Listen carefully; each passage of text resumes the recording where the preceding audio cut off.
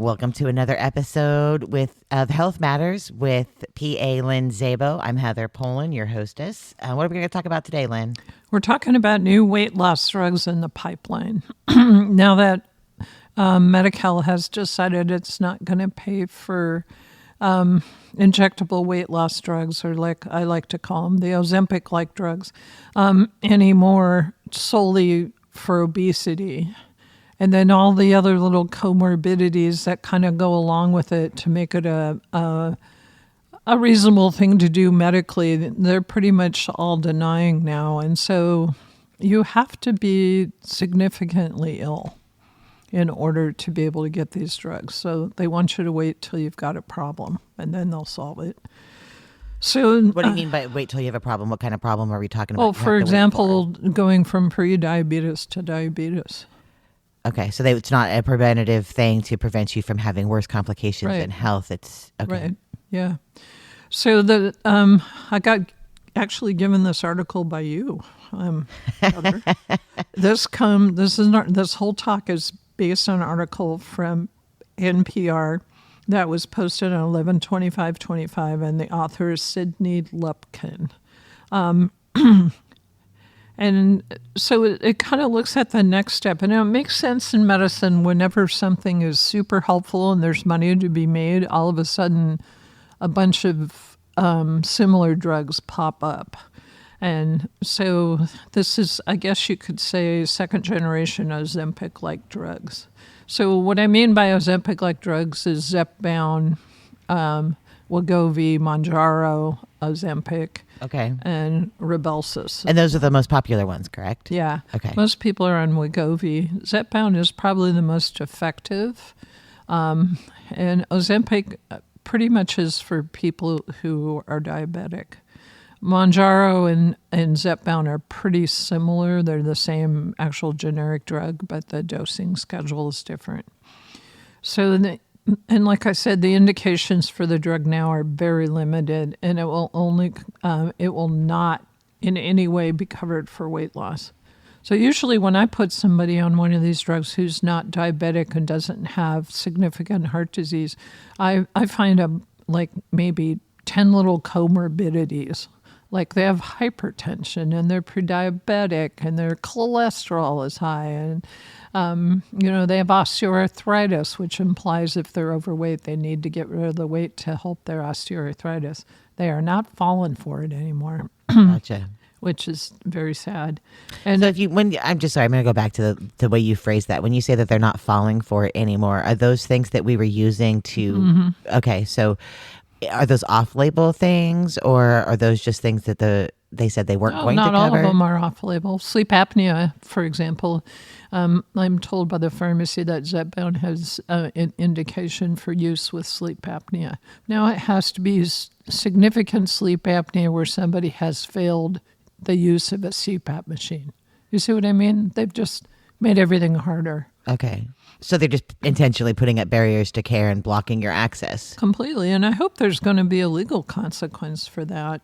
Well, there's definitely going to be a financial consequence to that as we have more and more people. I mean, because sleep apnea causes all kinds of heart problems, doesn't it? Totally. So, AFib, big cause AFib and stroke.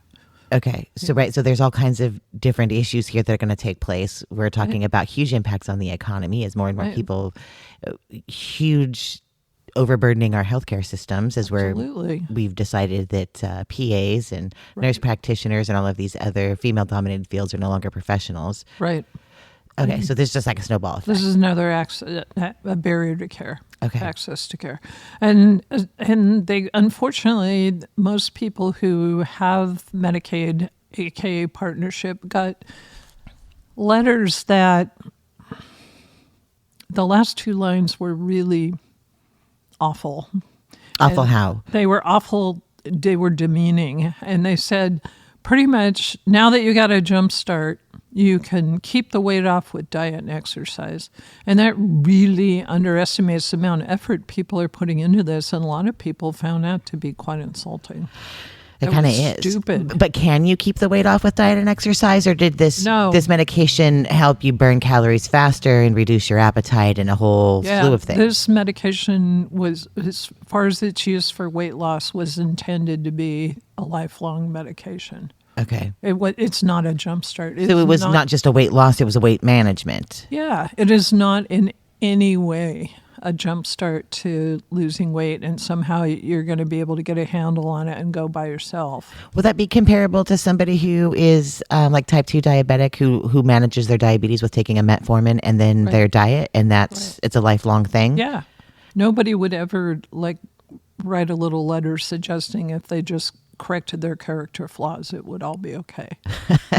But that, I guess it does make the correlation, right, that it's character flaws that you have excess weight. Right. And nothing to do with your hereditary, your access to healthy food. Actually, when I put a diagnosis in of obesity, so you have to characterize it on several different levels. And the first thing it is what's it due to? Is it due to a med effect? Is it, and mostly what happens like a medication effect? Right. Okay, I'm sorry. It's got like 5 little things, and one of the things you use to justify somebody's obesity is whether they're eating excess calories. Now, how do I know that? I don't follow people around and see, if they took that extra donut. How many donuts is the appropriate amount of donuts to have in a day? Probably 0. Okay. But they. You see what I mean? It's judgy from the gate, and then you have to write a number, like what's the body mass index, and then you have to write what other comorbidities are kind of contributing to that. So the diagnosis splits hairs more than any other diagnosis I've ever seen in the computer sense, and so it assigns a different code, in my opinion, depending on the judginess of what the provider has entered, and it's shaming. Even the code is shaming. Wow. Yeah. That's really unfortunate. So now the indications for the drug are very limited. And letters went out, like I said a month ago, that were kind of insulting. And so where do we go from here? Because people are over it. There's a lot of really angry people. And then also, even at a provider meeting that we had at UHS, there was that idea expressed that, well, if they only ate better and exercised. And then I wrote in the chat, you know what, this isn't consistent with science. It's not, but we don't have access to eating better. We don't have access to going to the gym and exercising when we're struggling day to day to make it and to get by and to just put food on the table to keep our kids' bellies full. And to the credit of the lead clinician at UHS, she did a literature search and answered to my prodding, and she wrote a letter to all of us and said, look, this was out of line. This is what's expected to happen. They're expected to gain it all back. Actually, they're going to get in about 2/3 of it. It'll vary, but about 2/3 on the average. Well, isn't it? I'm going to go slightly a little askew here and just specifically speak about the Native population. It's my understanding that the type 2 diabetes is higher in the Native population because of the lack of access now to, like, just even if we do locally, if we talk about the fishing wars, where our local tribes who ate salmon predominantly as their protein source is a food source and smoked it and saved it throughout the year, all of those things, we're not allowed to fish. Is we take away cultural foods from people or we deny them access to their cultural foods, aren't they going to respond that way physiologically? Yeah, there's a genetic it's not a mistake. It's actually something that helped Native populations back before colonialization. And it, we should also note that I've read numbers saying that before colonialization, Native people ate on the average per individual 350 pounds of salmon a year. So it was by far their primary source of protein. But they have a kind of, it's not a genetic tendency because that makes it sound bad, but they have a feast and famine gene, and it's like their body hangs on to things. Oh, gotcha. Yeah, in preparation for the famine. Well, that makes sense. Yeah. It's just then that kind of happened though with different cultures globally. Probably. Though it's not just in the United States. It's I think humans, physiologically all respond pretty much the same if they're put in the same conditions. Yeah. That's science. So Well, thank you for answering my question. yeah. So where do we go from here? So there's new drugs in the pipeline. I was kind of heartened to hear that and not surprised because this is money to be made, actually. But the two most promising ones are coming from Novo Nordisk and Eli Lilly. So those are two drug companies. Are they the same companies that make the other weight loss drugs that are no longer going to be covered? I don't think Eli Lilly makes one. I think they have their own new one. But Novo Nordisk has been making semaglutide. But the focus on these two new drugs, one of them semaglutide, which is also known as Ozempic, but the focus is on daily pills because the problems with weekly injections are it's hard to manufacture, and that's what they're saying that the cost is coming from. I don't believe that, actually. I mean, partially, maybe a little bit, but not completely. So the focus is now on daily pills. So Novo Nordisk has done semaglutide in a pill form, and it's got a higher dose than what you can get with the injection. And then Lilly is looking at a new but related drug entirely, also in pill form. And it's, I'll say the name, I'll mangle the name. So Oforglipron. I'm going to let you do that all on your own. Yeah. So these are daily doses of pills. It's not surprising to me that it's a higher dose because what happens when things land in your stomach is that they get not really digested, but broken down and put into the bloodstream. Okay, and in order to get the same dose you would get from an injection, it has to be a slightly higher dose to start with in pill form. Okay. So that your body doesn't actually clear part of it. Or your body would clear part of it, and then you still won't have enough drug in your system to have the desired effect. Does that mean it'll be a slightly less effective than the injectables? Right. It's the same thing with transdermal medication is, for example, the birth control patch, Evra. That has a slightly higher amount of estrogen in it because the whole process of having a patch diffuse into your skin means that you're going to have some loss along the way. Does that make sense? Yeah, gotcha. Yeah. Okay. Thank you for the correlate for putting that together so I could understand. Yeah. So daily dosing of pills, that's what they had to do for the semaglutide, because what happens is your stomach jumps on it and says, "Oh, this isn't food. This needs to go away." and so they had to add a cover drug to it, which is kind of interesting. It gets foamy, so it's got like a foam protection barrier around it. So you're just basically doing like the little elementary school experiment with the vinegar and the bicarbonate and making a volcano in your belly? Kind of not. It's way more complicated than that. But but what happens? Leave my simplicity alone. They actually see. We should do more science. Anyway, the actual med that's being broken down into the component that's going to do somebody good is kind of slowly dissolving, and the foam barrier is like trying to keep the stomach from throwing it right into the bloodstream and then taking it to the liver and filtering it out right away. I think that's cool. That is kind of cool that we could.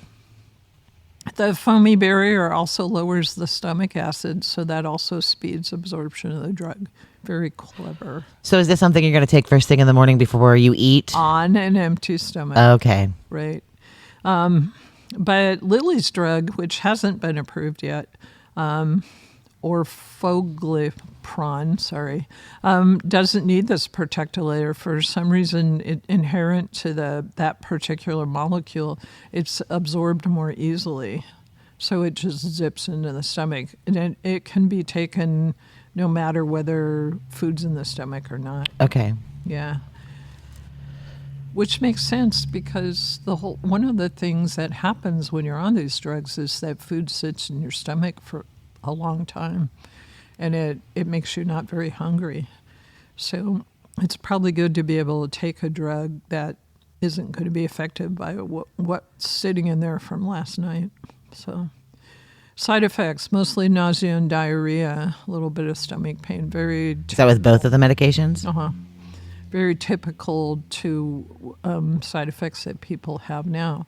But here's the trip. Semaglutide definitely more effective. So 16.6% average weight loss after a patient is on the highest dose for a period of time. And I think... What's that period of time? I think it's like 3 months. Oh, wow. So that's not a lot of weight loss. So I expect the weight's going to come off slowly. So you don't think it's going to be long-term effective? Oh, I think there's going to be effect as long as somebody's taking the drug. Okay. I think it's going to come off slowly. Oh, I see what you're saying. Yeah. But it was always my understanding, too, from like all of those weight loss commercials and all of the other things that they used to do, that losing weight slowly, a pound or two a week, over time was the best way to keep it off. It is. Okay. It totally is. But the drug that Eli Lilly is making that you can take with food in your stomach, it's only a 12.4% weight loss at its highest dose over this slightly shorter period of time. So I don't know that those numbers are comparable, number one. Number two, that's still not a lot of weight. So if somebody's 200 pounds, that's a little bit over 20 pounds, I suppose. But yeah, I suppose people get excited when they lose 3 pounds just by, Right, but I remember in another episode of Health Matters, you were saying that if people just lose 10 to 15% of their body weight, that they could have substantial health benefits from that. But what consumers want is to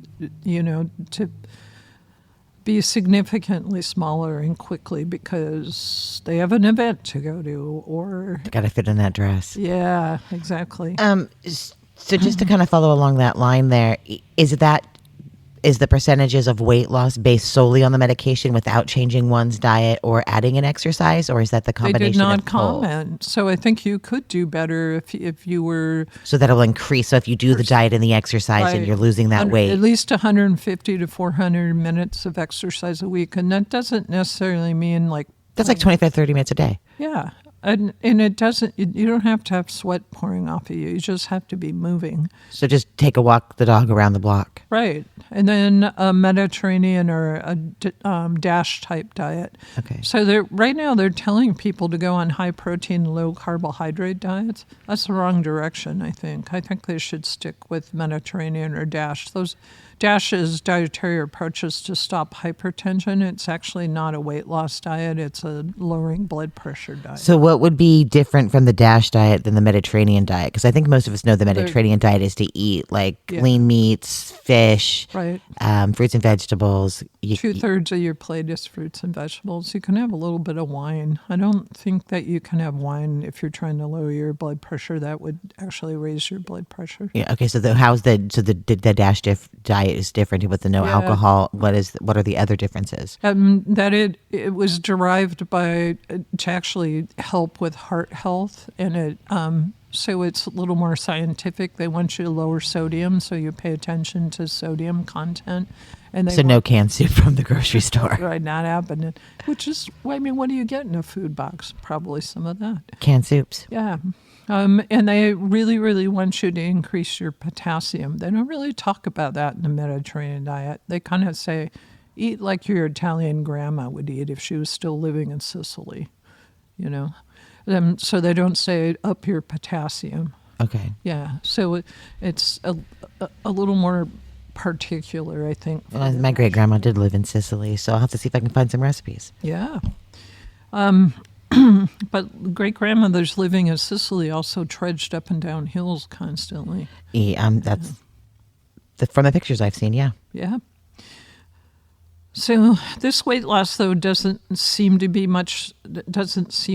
like a lot of weight loss to me. But I think that we have more data over a timeline for the injectables than we have with the pills. So I think my disappointment with it could temper as we get more data over time. Okay. Yeah. So things that we're all hoping for, that this would be hypothetically cheaper to have pills instead of shots. And that means you have to take something every day, and you have to, at least if depending on what drug you have, but you have to consider like what's in your stomach when you take it. But it's much easier to manufacture than an injectable. It's easier to transport. So likely it could be cheaper if, if we were just looking at things like that and not greed, Right. And then when it comes to the greed part of it, like my brain is telling me to follow the money. Who passed this law? Who's championing this law, and who is profiting from this? It's not really a law. This new policy with Medicare, right? Because it didn't happen in Congress. It happened with our health departments at a federal level. So, like again, my brain is telling me follow the money. Who's profiting from this change? Right. There's also it might trigger a decrease in the cost of injectable drugs. So as competition, right? Yeah. It could be maybe somebody prefers an injectable drug, although most people tolerate giving themselves shots pretty well because it's about as minimal a shot as it could possibly be. It's kind of like checking your blood sugar. It's supposed to be subcutaneous. It's not a huge, big, scary process. Yeah, so I know a few people on it, and they said it's no different for them to do that than it is for them to do their insulin injections. It's the same, essentially. Right. They feel it's the same thing. Yeah, they're both subcutaneous. So it's possible in competition it could trigger a decrease in cost. And there's talk about it going directly to the consumer. This I thought was interesting. So if it can go from the drug company directly to the consumer, then you're taking out the filling fee for the pharmacy. So you can buy it over the counter like you would? No, it's not over the counter. You have to send in a prescription from your provider to the drug company. So this would entail setting up a new drug delivery system in this country. So the script gets sent to the pharmacy and the drug manufacturer, and the drug manufacturer sends it directly to your house. So that would cut out the pharmacy, and I don't think they're going to like that. Yeah, that doesn't sound like a... It would be hard at UHS because UHS has its own pharmacy, and there are good reasons to use the UHS pharmacy instead of trying to go directly to online pharmacies, or it's not really possible to go to drug companies directly. Yeah. Yeah. So the patients hypothetically would not have to use their insurance if their insurance is a barrier. They could just pay about $200. They're anticipating about $250 a month. That'd still be a barrier to a lot of our neighbors here in Del Norte. Oh, totally. Even in our surrounding area. And I expect that a prescription will also be needed. So in my practice, when people are on these drugs and if they're stable, that means that they have to come in and see me about once every 3 months and make sure that they're on track. I'm going to pull from my insurance background here and just ask you, do you know if it's a tier 1, tier 2, tier 3, or tier 4 drug? I don't think it's 1. I don't think it's 4. I don't think it's 2. We're not sure. Yeah, it could be a tier 3 drug, which would mean even if you do have your insurance does cover it, you're still going to be paying substantially more than your regular tier 1 or generic drug. Exactly. Okay. Thank you for answering that. There's also talk of the Trump administration. I think I remember some ramblings from him that they would be stepping in to lower the cost of the injectables. And they're anticipating about $250 a month. And like we just said, that's a lot for the average Del Norter. Yeah, especially when you just said that like this is a lifelong medication. Right. I think a lot of people really want patients to have access to this, and then somehow they're just going to figure out how to do it how to keep the weight off without you know, that their bad habits will disperse and they'll be able to take it on their own from there. That is not expected to happen. Science didn't tell us that was the way to run this. Are we targeting specifically these medications and weight loss reducing drugs because of the stigma and the things that we believe about it being character flaws that cause people to be overweight? Right. Or are we doing this simply because it's the quickest, easiest way to save money? Well, you know, when I'm at meetings and stuff, and I'm hearing this come out of providers' mouths and things like this, and you know, I don't really hear this from people that obviously have weight issues. I hear this from people who aren't thin, and I don't think that they get it. I certainly don't think they spend time going to conferences and trying to learn about it, because this information isn't hard to come across. It really isn't.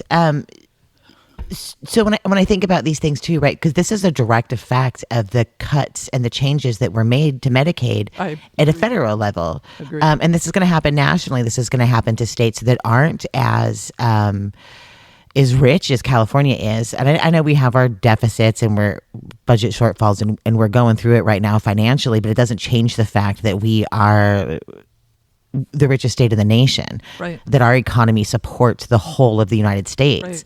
Right. So if it's going to, that's what's taking place here in California. I can't imagine how deeply the cuts are going to have to be made in Alabama and Mississippi and Arkansas, in states that are not net contributors but are net takers. That are also known as not particularly healthy states. They're not. Those states were named specifically because they rank on the top 10 of the United States with obesity. Right. It's not even just the access to these things. The cuts across Medicaid are going to affect the number of healthcare workers that we have. Right. All of these changes are putting consistently, for no reason whatsoever, more and more barriers to access to our care. And I know that there's going to be some people who are going to listen to this eventually one day and going to be like, well, I've got my Medicare. Well, you're not going to be able to access your Medicare when you don't have a provider in your community because they're gone now. You're not going to be able to access your Medicare and get the medications because they stopped producing them because they're not being covered for other people. And they're not profitable anymore. This is going to affect everybody. And just because it trickles down to you slower and that snowball effect doesn't run you over until the middle of the problem, doesn't mean that it's not a problem. Exactly. The good news is, though, it is available. They're thinking the beginning of the year. So these new medications? Yeah, the semaglutide in pill form be available probably by the end of this year, which is TikTok, happening quick. Yeah. And then the other one available the beginning of next year. So they are on fast track to be okayed. So somebody gets it. Yeah, I think they're fast tracked because somebody's going to get money from it. True. I just, again, right, everything has to go back down to somebody's got to be making a profit instead of just doing something because it's the right thing to do, doing it because it's taking care of your neighbor. Right. I think if you're on these meds and they have really helped you and you want to continue, then make noise. Now's your time. So talk to people in California. I would think state representatives would be important, state senators. How about the governor? I mean, this is a thing. They shouldn't be shaming people, and they really are. Yeah. It is absolutely, truly unfortunate. And it's just a sad state that we have decided to take this route, embrace it as a nation, as the majority, and say these things are great, because you're not going to think it's great when your neighbor does not have the Medicaid insurance that they have had for a really long time to manage theirs or their children's illness through their disability, that they're given work requirements now because they don't meet the Social Security definition of disability, which is a far higher standard and far harder to prove. And by design, the amount of heartache that we are setting ourselves up for, and people, I can't believe people chose this. People deserve better, and we can be better. Absolutely. We have the ability. If we made it a priority, we could make it happen. And we just don't, for whatever reason, have never made people's health and supplying the things that they need to function day to day the priority. And our nation as a whole has the ability to do it. Yeah, we were just judgy. Yeah. Thank you so much, Lynn, for bringing this to our attention and for talking about this difficult topic with kindness and compassion. I appreciate it immensely. If you'd like to listen to this episode of Health Matters again, you can always do that at the KFUG YouTube channel, KFUG Community Radio YouTube channel, and select this episode or any of the other episodes that Lynn has so kindly made for our community and our surrounding area for the past 7 years. Thank you, Lynn. I'll see you next week. Thanks.